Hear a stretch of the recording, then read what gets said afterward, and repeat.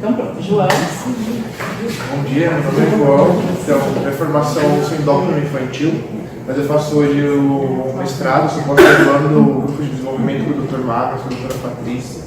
E estou fazendo um trabalho para a gente levantar os dados para ver qual a diferença do hormônio de crescimento na estatura final de paciente com síndrome de Turner. Então, por isso, quero a doutora Patrícia para comentar um pouco, explicar para vocês o que é o hormônio de crescimento, quando que a gente indica esse hormônio para o paciente com síndrome de Turner. Então, eu tentei fazer uma aula aberta para discussão, quem tiver dúvida pode levantar a mão, a gente vai conversando, tá bem tranquilo. Então a pergunta inicial é quando nós vamos usar o hormônio de crescimento no paciente com síndrome de Turner. Só para a gente saber, o que é o hormônio de crescimento? O hormônio de crescimento todos nós produzimos, tá? É um estímulo que a cabeça faz, ela produz esse hormônio vai lá no fígado, produz outro hormônio que chama IGF-1 e faz o crescimento, vai agir lá no osso e vai fazer uma criança a virar um adulto. Tá? É um dos fatores do crescimento. E aí a gente pergunta, o que é a relação que tem o hormônio de crescimento com a síndrome de Turner? A síndrome de Turner falta o hormônio de crescimento? Não, porque a gente vê que raramente um paciente com síndrome de Turner vai ter a falta desse hormônio. Ela produz o hormônio. Porém, esse hormônio tem uma certa resistência funcional. Quando ele vai agir lá no osso, é um pouco mais difícil. E além disso, lembrar que o paciente com síndrome de Turner tem um X. Algumas células do corpo dela faltam um dos X. E a gente fala que falta um gene que se chama gene SHOX, que fica ali na parte curta desse X, que também ajudaria a comprometer esse crescimento. Então hoje a gente sabe, tem uma paciente que a gente fez o diagnóstico com síndrome de Turner, eu não preciso fazer nenhum teste para provar se ela produz ou não esse hormônio. Eu sei que pelo quadro dela, por essa resistência, por essa perda desse material, ela tem indicação de dar esse hormônio. Então a ideia é essa resistência de um nível um pouco mais alto para a gente promover esse crescimento. Então, acho que é importante a gente entender qual a indicação, por que eu estou prescrevendo esse hormônio. E aí, eu vou falar, que momento que o médico vai pensar em prescrever esse hormônio de crescimento? O ideal, conforme a medicina está avançando, a gente começar a ter um diagnóstico cada vez mais precoce da síndrome de Turner. Hoje a gente vê no ambulatório que tem paciente que chegou até nós, né, muito tardiamente. E o hormônio de crescimento a gente tem que começar a indicar, a prescrever lá no começo, na faixa etária dos pequenininhos. Tá? Então, com a medicina avançando, fazendo diagnóstico intraútero, a gente consegue seguir o paciente desde o nascimento. E essa é a ideia do nosso tratamento. Então, nós vamos acompanhar o crescimento. Tá? Hoje a gente sabe que tem até curva de crescimento própria para o paciente com Turner. Então a gente compara, tem as pacientes, o que a gente usa estudar no dia a dia são pacientes com Turner, que tem uma altura um pouco mais elevada do que a paciente. Então a gente tem uma curva própria e a gente acompanha esse segmento. Então eu vou seguir esse crescimento na curva e a indicação do GH vai ser no momento que eu perceber que está tendo uma desaceleração. A criança está parando de crescer, então ela cresce. Geralmente cresce em torno de 4 a 6 centímetros ano. Eu começo a ver uma decaída na curva, é um sinal para o médico, acho que está na hora de começar o hormônio de crescimento. Eu peguei esse gráfico de uma paciente nossa, ela tem 12 anos, e ela começou a usar o GH. Eu estou sem ponteiro, mas acho que dá para vocês verem que ela começa a crescer, em um momento, em torno de 9 anos, ela desacelera. Você pegou Ela cresce e em um determinado momento ela para de crescer. Tem um momento que o médico fala, agora é o momento indicado para a gente usar GH. É pelo passar do tempo, né? Que é a altura e o tempo. E o passar do tempo. Então, o passar do tempo aqui, a altura aqui. Aí a gente vai cortando a idade com a altura. Então ela está crescendo, ó. Passou o tempo, ela cresceu. Aí passou mais um tempo, ela não cresceu na altura. Ela devia estar crescida em altura. Não, ela veio igual. Aí persistiu, às vezes é porque fica doente, teve uma gripe, sei lá. Aí a gente reavalia, continua assim, aí começa o hormônio de crescimento. Olha como ela retornou. Ela retoma o crescimento. Então não tem uma idade específica. Não adianta falar, todo paciente com 5 anos vai começar a chegar. Não, cada caso é um caso, paciente individualizado. Mas é importante fazer o segmento. Procurar um médico, vai para o endocrinologista, ver esse crescimento. E no momento adequado, você vê que tem essa desaceleração, a gente prescreve o GH. E como eu disse, eu não tenho que fazer nenhum teste para provar, diferente de outros problemas que a gente indica o hormônio, não tem que fazer nenhum teste específico para ver se produz ou não. O governo hoje libera, só para a gente com cariótipo, já está autorizado o uso do hormônio de crescimento. Tá? E geralmente toda essa desaceleração ocorre entre 5 e 9 anos, não tem uma idade específica. E a gente, por se tratar de uma certa resistência, a gente usa uma dose um pouco mais alta que a gente prescreveria para um paciente que só tem a deficiência do hormônio. Tá? E aí é importante explicar, tá? Vamos prescrever, mas como que eu vou usar esse hormônio? Como que é a aplicação desse hormônio? Importante, o hormônio de crescimento ele é aplicado de forma subcutânea. Acho que vocês já viram falar, paciente que tem diabetes, aplica insulina, é mais ou menos parecido ao mecanismo de aplicação. Tá?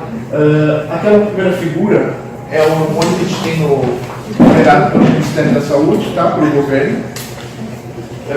A gente tem que tomar cuidado com... Qual que é? Vermelhinho. Então esse é o hormônio que o governo libera para a gente. Tá? Ele é administrado de forma subcutânea, então tem áreas que a gente é possível fazer a aplicação. Sempre fica importante lembrar fazer higiene do local, importante conservação do hormônio, eles orientam a deixar na geladeira esse hormônio, uma vez aberto, e a forma de aplicação. Então, tem um treinamento para a mãe aprender a aplicar essa medicação. Aqui tem um desenho da forma que a gente faz, a famosa prega. Tá? A ideia é fazer embaixo da prega, porque a prega tem a gordurinha do é onde vai ser aplicado o hormônio, e a aplicação é toda vez, uma vez à noite antes de dormir. Esse horário a gente fala de orientação de antes de dormir, geralmente, fisiologicamente, nosso corpo produz mais hormônio de crescimento no período noturno. Então a gente acaba prescrevendo nesse horário. Tá? Uma vez prescrito o hormônio, como que eu vou seguir esse paciente? Esse paciente geralmente vem para a gente a cada 3 a 6 meses. Na consulta, a gente vai avaliar, ver como está, se está crescendo ou não. Igual no gráfico anterior,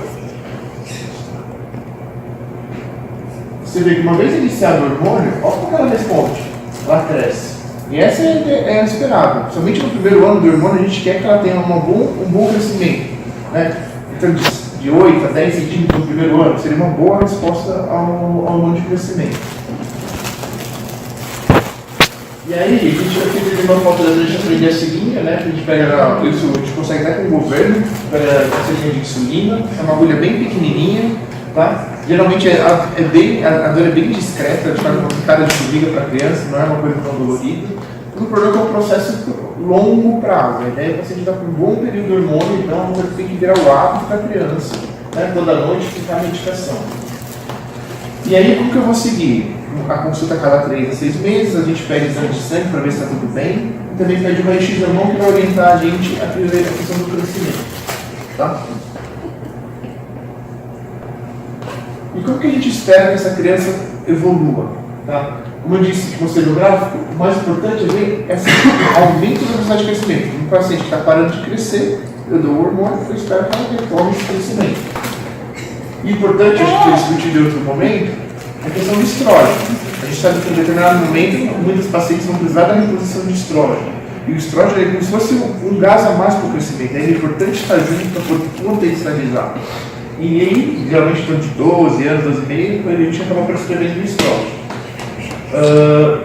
Aí a pergunta é, porque é a ideia do meu trabalho de levantar no nosso ambulatório.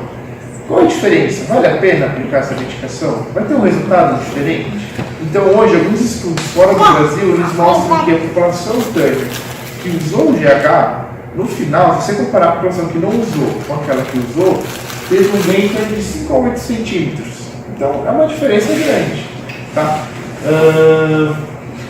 Que essa é a ideia do trabalho, não dá para a gente mostrar. No nosso ambulatório, quanto que foi essa diferença? Quanto que a gente ganhou? Até que o governo é importante, é um investimento que vale a pena, é um tratamento caro. E a gente usa essa medicação, acompanha o crescimento, e nós vamos pensar em suspender, geralmente é mais perto de um longo tratamento. Mas se começa com torno de 5, 6 anos, a gente vai suspender essa quantidade de ósseo em torno de 14 anos. Tá? Então, é um tratamento que ele sempre fala, tem que ter a consciência, o trabalho junto com a família, porque inicialmente a criança não aplica. Essa criança cresce, vira um adolescente, ainda está usando a medicação, a gente estimula a independência do paciente, ele mesmo começar a aplicar, entender por que ele está usando a medicação é importante também. João, posso fazer um comentário? 5 centímetros a 8 centímetros, você olha, parece pouca coisa. Mas para quem, pela genética, iria atingir no máximo 1,43 m, faz diferença principalmente para empreender-se no mercado de trabalho. Sim, exatamente. Inserir-se. Deixa do estigma de baixa estatura, né?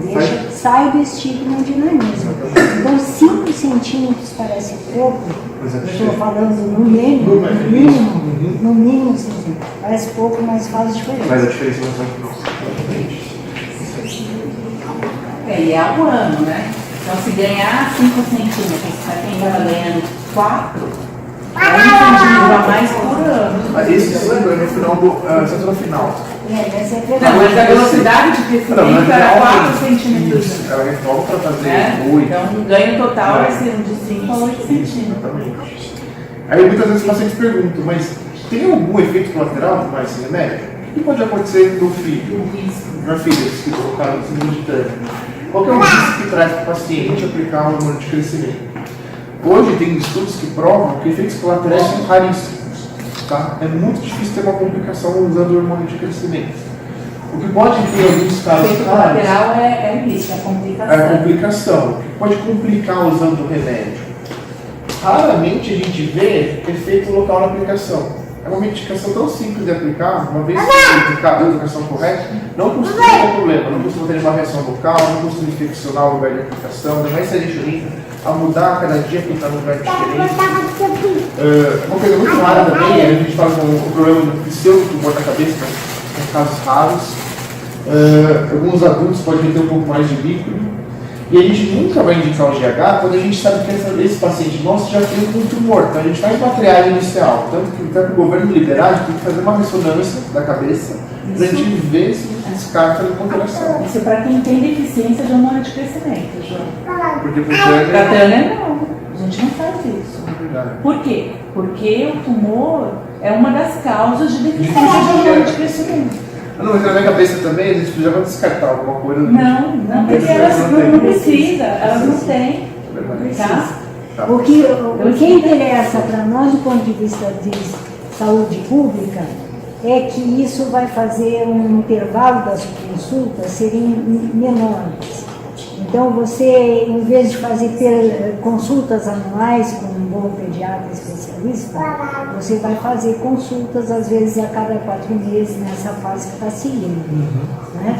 Então, e aí, pago pelo governo, que é agendado no ambulatório. Não, só para confirmar então aqui, então é o seguinte, nesses casos, outros casos, no caso de Turner, não tem essa indicação dessa ressonância, tá? Mas ele tem que descartar se o paciente não tem uma doença de base, não tem um problema de saúde, não tem um tumor em tratamento. Nesses casos, a gente não indica um GH. Doutor, só uma pergunta. A retenção de líquido adulto. Mas se o tratamento é até 14 anos, não entendi. Eu separei o geral do hormônio de crescimento. É que em alguns casos a gente indica o GH para uma fase mais tardia, o paciente que usa até a vida adulta. Tá? Isso. Mas no geral, o paciente que nós não fazemos parte de Turner é mais novo. Geralmente a gente suspeita, como te falei, em torno de 14 anos, idade nova. Então, mas aí o uso na infância vai determinar o inchaço, a retenção de líquido, que é inchaço, a pessoa que está mais inchada, vai aumentar o inchaço na vida adulta? Não, isso não tem comprovação. É isso que eu quero saber. Não, o uso usado não quer dizer que na vida adulta vai piorar. Isso quer dizer nos casos que estão usando na vida adulta. Certo. Tá? E pacientes também, porque o GH ele faz o açúcar no sangue, tendência para o açúcar no sangue ficar um pouco mais alto. Então, se o paciente tem uma diabetes de difícil controle descompensada, também a gente não vai indicar. Se for um paciente com Turner diabética descompensada, nesse caso a gente opta por compensar primeiro a diabetes dela, para depois a gente considerar o hormônio de crescimento. E se o paciente está gravemente enfermo, por isso não é contraindicação. E acho que também alguém perguntou, eu estava vendo no grupo, questão de doar sangue, por causa do hormônio. Eles estavam perguntando. Não é uma contraindicação. O hormônio de crescimento, nem o estrógeno que é administrado, isso não indica a doação. Não contraindica. E assim, às vezes, a paciente Turner tem problema na coluna, tem escoliose. Aí como é que fica o hormônio de crescimento? O que eles falam, dependendo do caso, se for um caso de escoliose, algum problema na coluna um pouco mais grave, a gente sempre pede a avaliação do ortopedista e o segmento conjunto, porque em alguns casos o hormônio de crescimento pode piorar a questão da coluna. aceleradora. Exatamente. Então a gente sempre opta para trabalhar em conjunto. O ortopedista segue, faz uma avaliação, ele fala, olha, não, está liberado, vamos liberar. E a gente acompanha durante o segmento se está piorando, se está sendo novo.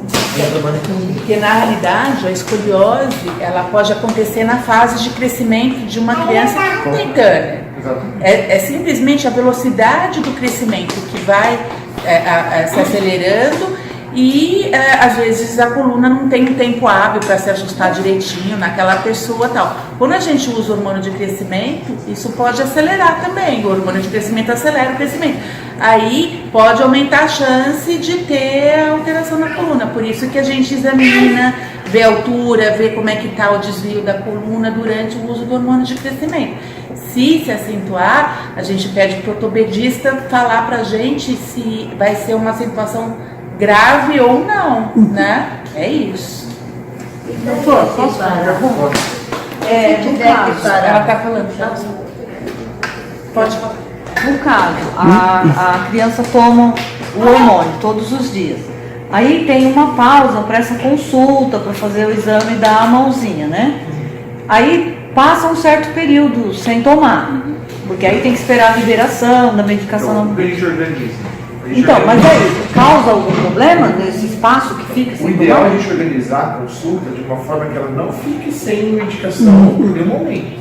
Porque a gente organiza a consulta ou a cada 3 ou a cada 6. Quando é a cada 6 meses, a gente orienta o nosso presidente a dar para o paciente 2 processos. Cada processo, papel, vale 3 meses de medicação. Mas às vezes falta também. No Então, isso acontece, às vezes, principalmente no começo do ano, às vezes criança, no começo de ano, eu tenho um problema lá na farmacêutica que faltou a medicação. Que nem ela toma, no momento ela está sem tomar. Mas agora voltou. Já tá Na farmácia já liberou, tanto que os pacientes já estão conseguindo pegar Porque a novamente. gente foi na semana passada no Mário Covas, que ela pega lá e ainda não estava liberada. Eu sei que eu vou na Maria Zélia, aqui na Vila Mariana. É porque pelo fato de se tratar de hormônio, ideal- eu sei que não é bom parar um certo tempo. Exatamente, agora o ideal é você conseguir aplicar todo dia. Então, mas e agora? Ela voltando a tomar, será que ela vai ter alguma reação? Não. Não, né? Reação não, a gente pode ficar preocupado naquele intervalo ela não ter crescido o quanto esperado, porque E, vai faltar e é um tratamento muito bom porque a gente fez a medida em casa. Você está percebendo a diferença.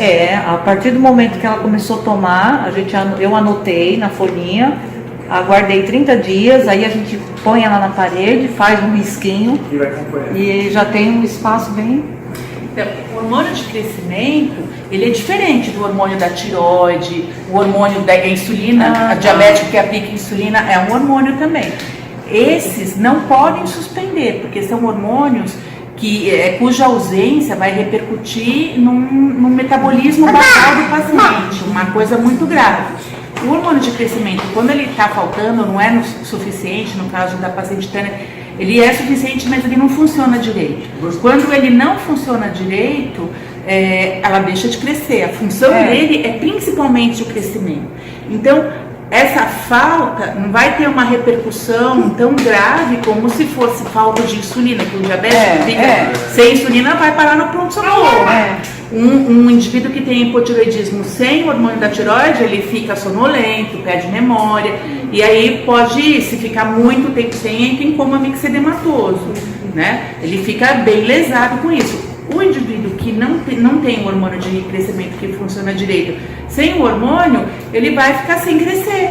Ele vai perder. E lembra que o João comentou que quanto mais cedo você introduz, né, melhor o resultado final, menor o efeito. Então, esses períodos que ele está envelhecendo, o tempo está passando, ele não está usando o hormônio, ele está perdendo. Por isso que é legal a gente manter esse grupo de apoio às mulheres Tânia, e quando tiver, fortalecer esse grupo, as famílias participarem, as pessoas participarem, porque quando tem uma falta assim, a presidente do grupo dá um jeito de pressionar o governo. Não só entendeu? pressionar, como Divulgar, ter um estoque, exatamente. ter um estoque comprado. Aliás, o grupo É o que ela fala começou por isso. isso. Porque às vezes tem paciente que eu percebo que às vezes quando a gente prescreve, no final do mês sobra 1 ou 2 caixinhas. Eles guardam, sempre falam orienta, porque às vezes pode faltar. orientados para Mas guardar. você ajuda, um ajudar o outro nesse sentido, olha, tô sem hormônio, alguém tem reserva de hormônio. Isso é bacana conversar com vocês. Isso é a importância do grupo. Essa é a importância do grupo. Ó, por exemplo, assim, minha filha também usa, né? Aí eu peguei em dezembro e percebi que dia 20 de dezembro acabou a somatropina e eu teria que pegar em janeiro. Qual foi a minha atitude, que eu não sei se é a correta, eu queria tirar essa dúvida. Eu percebi que se eu desse as 70 unidades, eu não teria até quando retornasse a medicação. Eu diminuí a dose e comecei a dar a dose menor para ela. Por quê? Eu fui buscar para comprar essa medicação fora e algumas clínicas colocaram até o valor de quase R$1.000 cada ampola. Porque eles colocaram assim esse valor e a Sara, como toma 12, aí eu falei, nossa, vai ficar super inviável, né? Então eu diminuí, eu fiz igual a vacina da febre amarela, eu fracionei. Mas não é. Eu sei que não é indicado, mas aí eu pensei assim, é melhor ela ter a fracionada do que não ter nada, né? Aí eu queria saber qual que é o prejuízo que ela vai ter. Mensurar a beleza do príncipe. Mas é que eu discuti lá, falei, a gente não quer nem que ela falta o hormônio, tem uma resistência. Para superar essa resistência, a gente faz uma dose que é mais alta. Então você fracionar a dose, diminuir a dose, Não vai funcionar direito.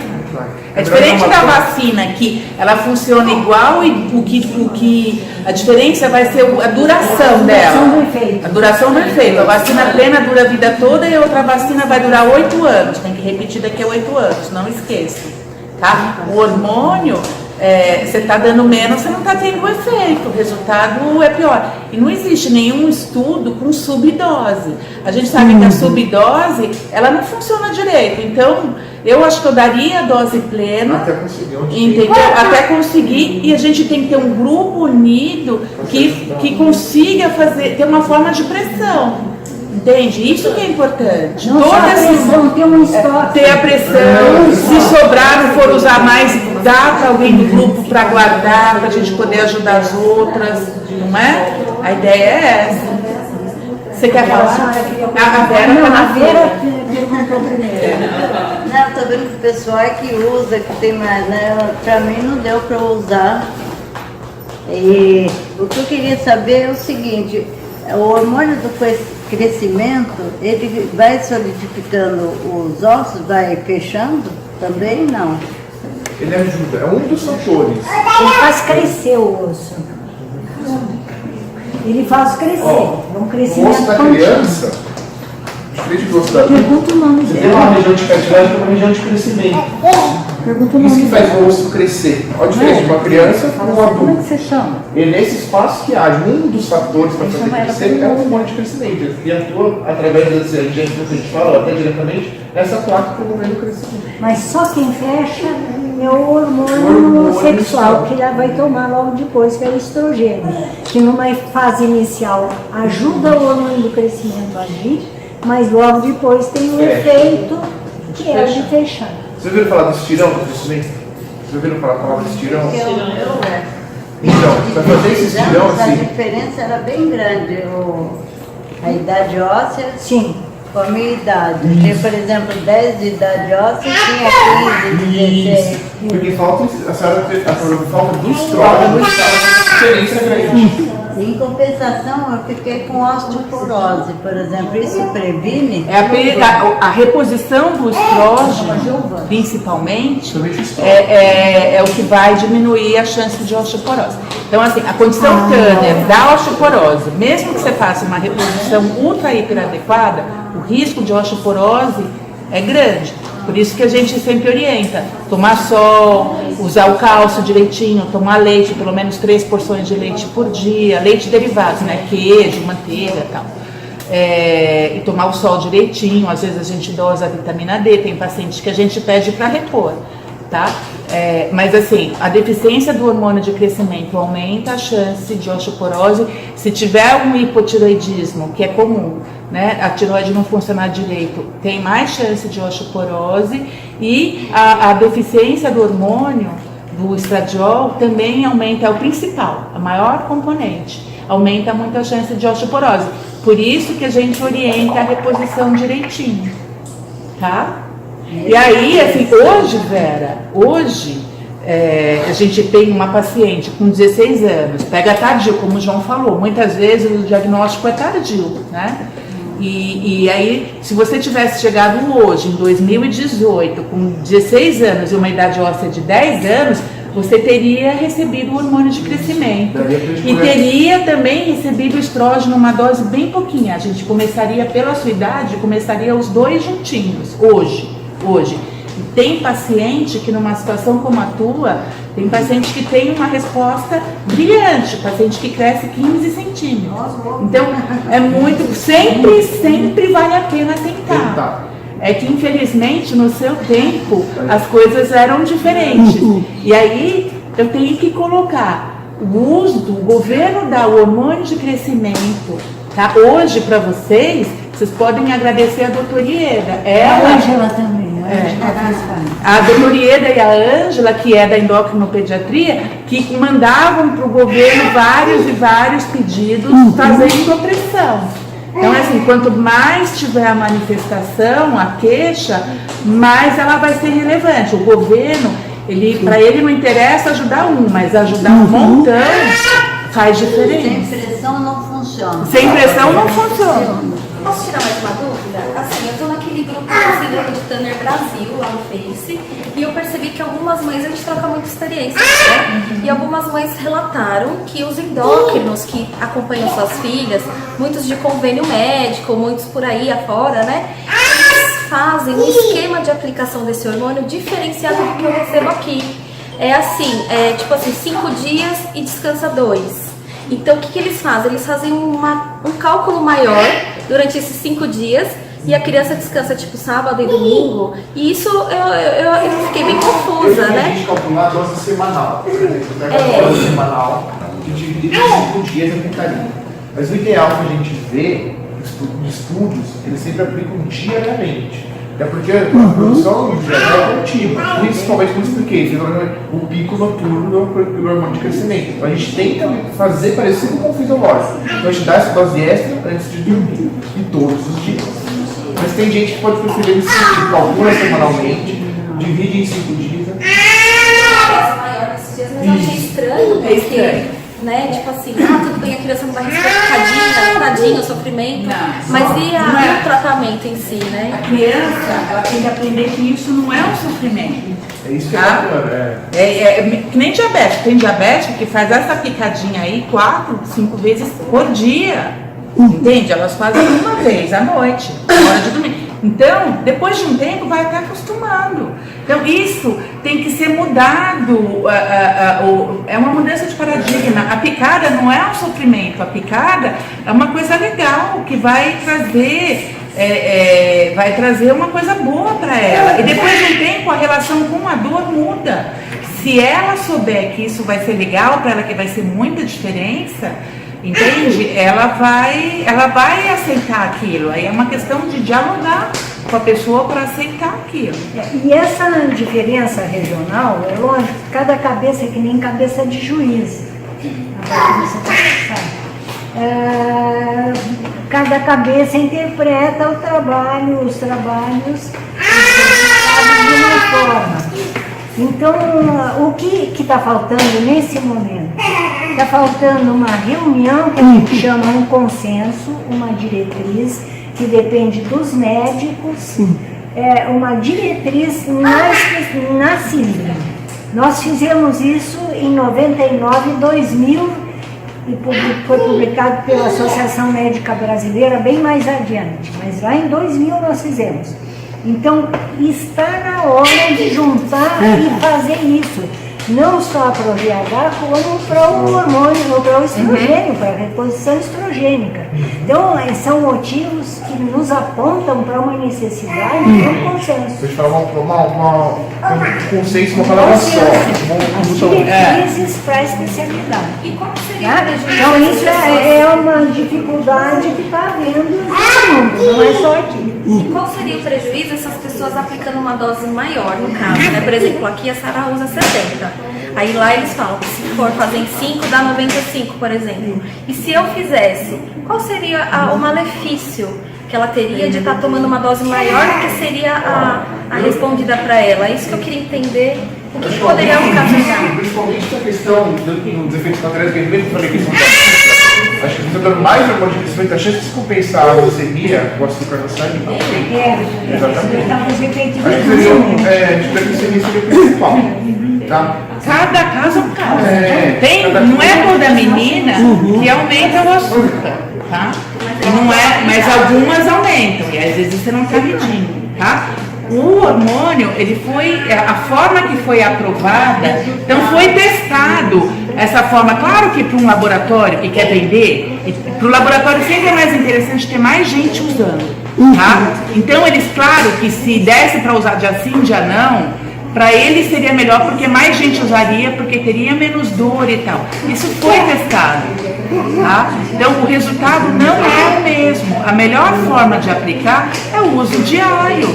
A gente não pode inventar. Então assim, eu quero fazer assim que eu vou ter um resultado tão bom. O resultado com certeza seria melhor se ele usasse todo dia. Aplicação diária. Não assim, 2 vezes por dia você vai ter a liberdade. Nem é bom isso. Entende? É uma descontinuidade no tratamento. Eu tenho 2 coisas. Uma coisa é o quanto que evoluiu, né? Quando eu comecei a tomar, com 11 anos, era Primogina Depósito, uma vez por mês. Eu passava mal, eu vomitava, eu tinha horror, não só da dor, do sintoma. E eu passava mal mesmo. Eu acho que era uma dosagem mensal. Hoje já mudou. Acho que o GH, né?